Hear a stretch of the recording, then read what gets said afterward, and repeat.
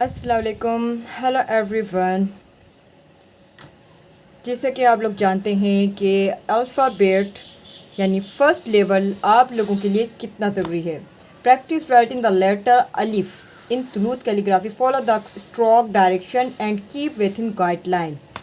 सो आज जो मैं आपको कलम का एंगल बताऊंगी, बहुत सारे स्टूडेंट जो कहते हैं आप मार्कर से पावर लाइन 900 मार्कर से जो आपने हमें अल्फ़ाबेट सिखाए हैं वो बहुत हार्ड भी हैं, यानी हमें समझ में नहीं आते उनका एंगल, उनको किस डायरेक्शन में रखना है और कितने हमें स्ट्रोक को कहाँ पर हमने स्टॉप करना है, कहाँ पर हमने स्लोली लेकर जाना है। सो आज मैंने सोचा कि आप लोगों को मैं इस कलम के ज़रिए एंगल भी बताऊं और कौन सा स्ट्रोक कहाँ पर स्टॉप करना है, कहाँ स्लो करना है, कहाँ आपने फास्टली करना है। तो आज की वीडियो में हम ये सीखेंगे। जल्दी से मुझे लाइक कर लें, और लाइक करना इसलिए मत भूलें क्योंकि आप लोगों की जो गाइड है, यानी आपका एक लाइक मेरे लिए बहुत बड़ी मोटिवेशन होती है और उससे मुझे सपोर्ट मिलती है। सो आज जो है हम लोग अलिफ से लेकर स्वाद तक हम लोगों ने अल्फ़ाबेट सीख लिए थे, लेकिन वो मार्कर में थे। तो मैं अलिफ से लेकर स्वाद तक आपको एंगल बाय एंगल यानी स्टेप बाय स्टेप सिखाने वाली हूँ। ब्लैक इंक ले लेंगे। कलम को हमेशा एक्स्ट्रा इंक जो हो वो रिमूव कर दें। ये आपको हर बार क्लीन करना होता है, ये याद रखें। ये जो पैच यूज़ कर रही हूँ ये सिल्की पेपर है, शाइनी पेपर भी कहते हैं, ग्लॉसी पेपर भी, कैलीग्राफी पेपर भी। ये आपको बुक स्टोर में ईज़िली मिल जाएगा। फर्स्टली हम जो लिख रहे हैं अलिफ,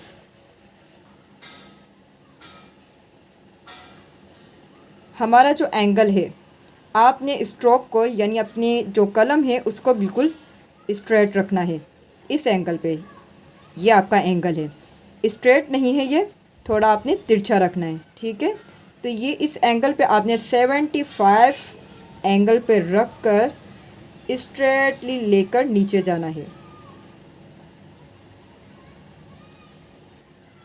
हो गया। अब आपका हैंड्स बैलेंस में होना बहुत ज़रूरी है। अब थोड़ा सा आगे लेंगे और इसको टर्न करेंगे।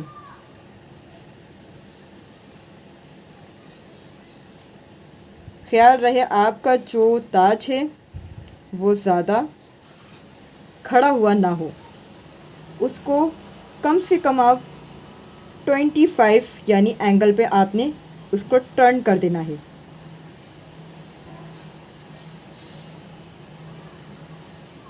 अब हमने क्या करना है, दोनों तरफ इसकी एरो खींचनी है यानी लाइंस। लाइन ड्रॉ करने का क्या मकसद है वो भी बताती हूँ।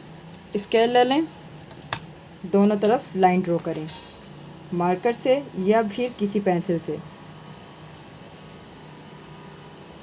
एक साइड यानी लेफ़्ट फिर राइट, दोनों साइड पे खींचने हैं। दोनों लाइन के दरमियान आपके अलिफ के जो परफेक्ट है यानी उसका बैलेंस वो मालूम होगा। तो काफ़ी लोग पूछते हैं कि लाइंस खींचना क्यों ज़रूरी है। ये लाइंस इसलिए खींची जाती हैं ताकि एक परफेक्ट शेप वो परफेक्टली बना है या नहीं ये देखने के लिए। इसकी स्ट्रेटनेस, यहाँ पर जो आपको कट दिख रहा है, गैप जो स्पेस है, ये आपने हाफ कट जितनी रखनी है। और ऊपर आप जो देख रहे हैं तकरीबन एक सर्कल, गोल सर्कल जितना आपने यहाँ पर गैप रखना है, ठीक है। अब इसकी औकात की तरफ आते हैं।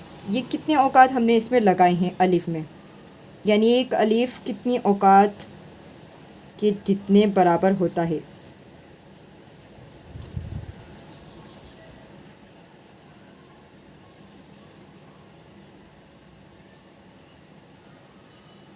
सेवेंथ, ठीक है।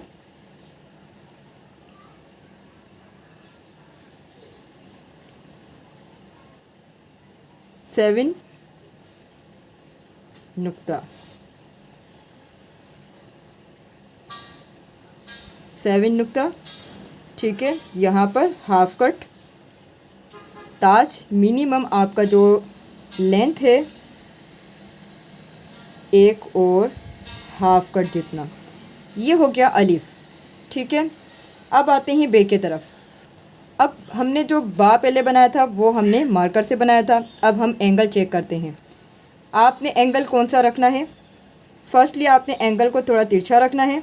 इस स्ट्रोक को आपने ऐसे घुमाकर इसको इस लाइन पर स्ट्रेट कर देना है। घुमा के इसको आपने टर्न नहीं करना। ये जो आप एंगल चेक करें,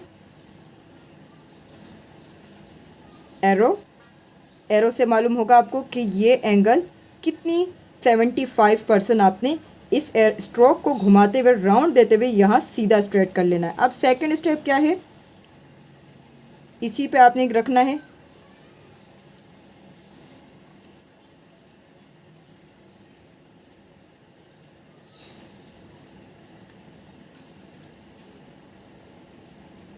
जो आपका फर्स्ट था, ये आपका फर्स्ट है, इसके आपने बिल्कुल बराबर नहीं करना है इसके। ये आपको दिख रहा है,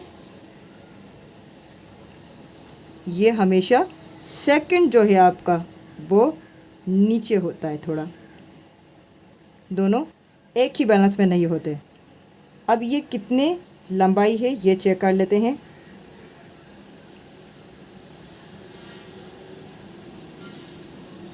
सिक्स, इसकी जो लेंथ है वो 6 mm है, ठीक है। मिनिमम 6 ही होना चाहिए, 5 नहीं चलेगा या 4 नहीं चलेगा। फर्स्ट स्टेप,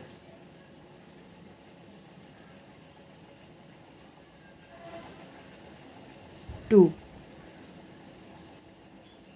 नुक्तास ऊपर जो हैं वो तकरीबन आपके 6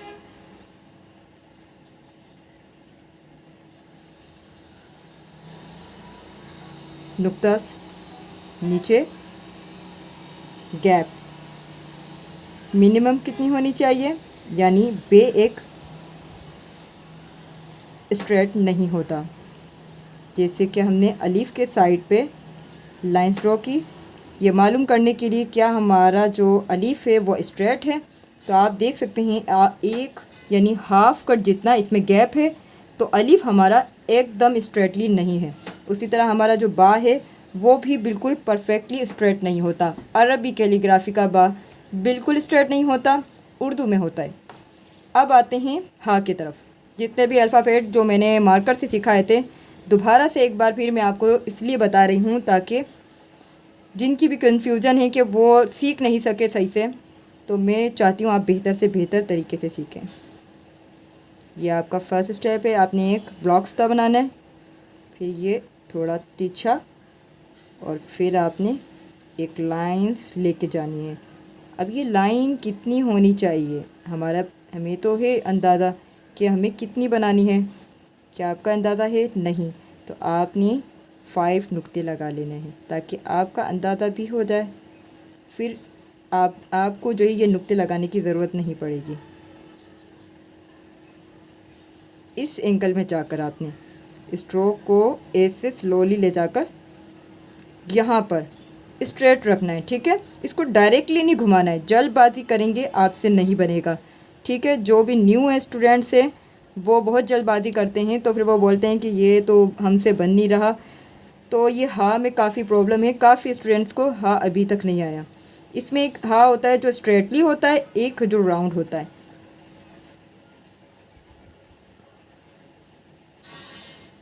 एंड में जाके आपने एंगल को ऐसे छोड़ देना है, देन कंप्लीट। अब इसमें मैं एक एरो बनाऊंगी ताकि आपको ध्यान से समझ आ सके, ठीक है।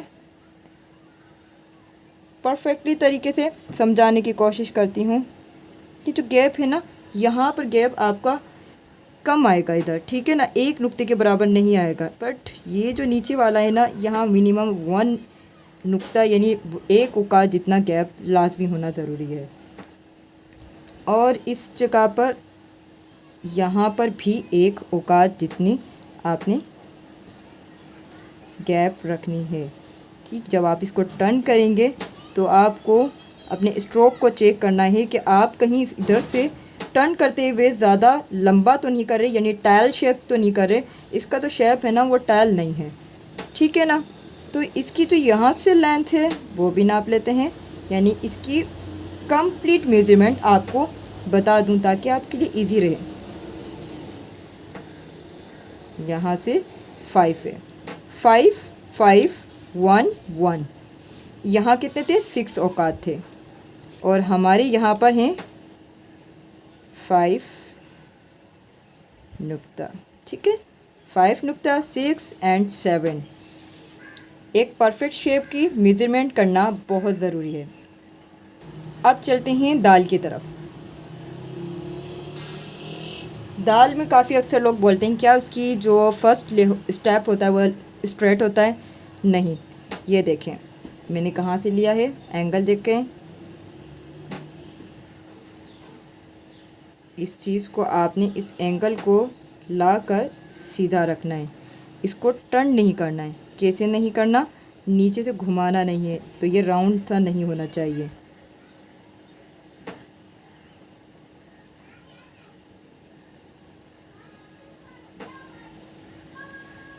अच्छा, ये आ गया।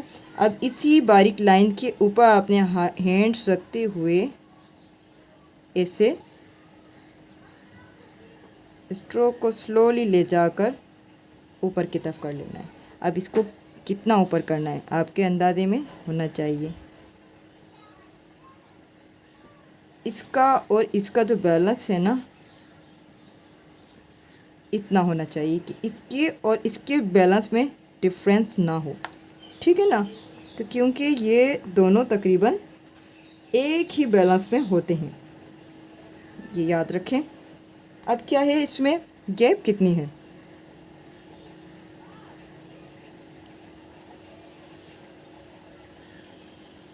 5, इसमें भी 5 औकात जितनी गैप है, ठीक हो गया।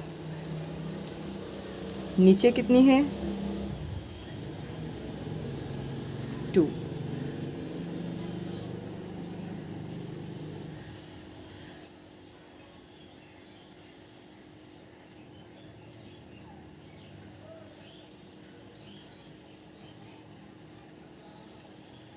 अब इसको आप चाहें यहाँ से नापें या आप यहाँ से, दोनों तरफ से 5 ही आपके औकात लगने चाहिए, ठीक है। अब यहाँ पर जो इसके आए हैं नीचे 2,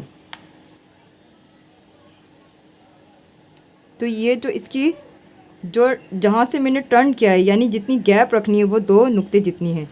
ऊपर जो है ताज है वो मिनिमम आपका जो बन रहा है वो 2 औकात से ज़्यादा है, ठीक है। लेकिन यहाँ से आप अगर नापें तो आपको 3 नुक्ते लगेंगे। थोड़ा सा इधर करेंगे तो आपके कितने? 3 नुक्ते लग जाएंगे इस जगह से। यहाँ से लगाएंगे तो आपके 3 औकात लगेंगे। ये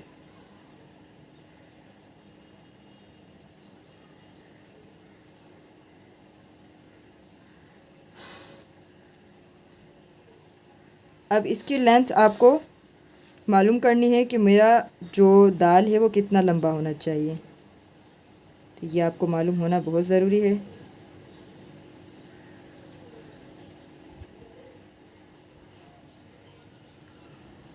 सेवन्थ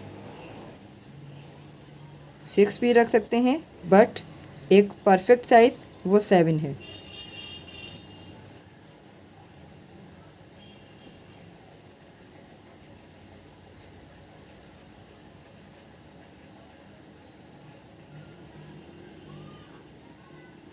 ये हो गया आपका दाल, ठीक है। अलिफ बा हा दाल। इंशाल्लाह आपको इसके नीचे इसी का दूसरा शेप हा का वो रा और स्वाद जैसे कि मार्कर से मैंने बनाए थे, उन दोनों के मुकम्मल तौर पर किस एंगल और कितना स्ट्रोक आपने रखना है और किस तरह से पकड़ना है कम्प्लीटली आपको मैं बताऊंगी, कम्प्लीटली गाइड करूंगी। अभी तक जो मैंने आपको यानी अभी के लिए जो है 4 अल्फ़ाबेट बनाए हैं, इससे ज़्यादा मैं नहीं लिखूंगी क्योंकि फिर स्टूडेंट जो हैं कंफ्यूज हो जाते हैं। तो आप पहले इसकी प्रैक्टिस करें और मुझे कमेंट में लाजमी बताएं कि आपकी प्रैक्टिस में आपको क्या मसला हो रहा है, एंगल आपसे कौन सी चीज़ जो है आपसे बहुत आपको मुश्किल लगती है। एंगल के बारे में पूछना हो या फिर कोई मिस्टेक हो तो मैं इंशाल्लाह आपको गाइड कर दूंगी। इन चारों वर्ड को आप प्रैक्टिस करें। 4 वर्ड इंशाल्लाह कल मैं आपके साथ शेयर करूँगी। दुआ में याद रखें। अल्लाह हाफिज़।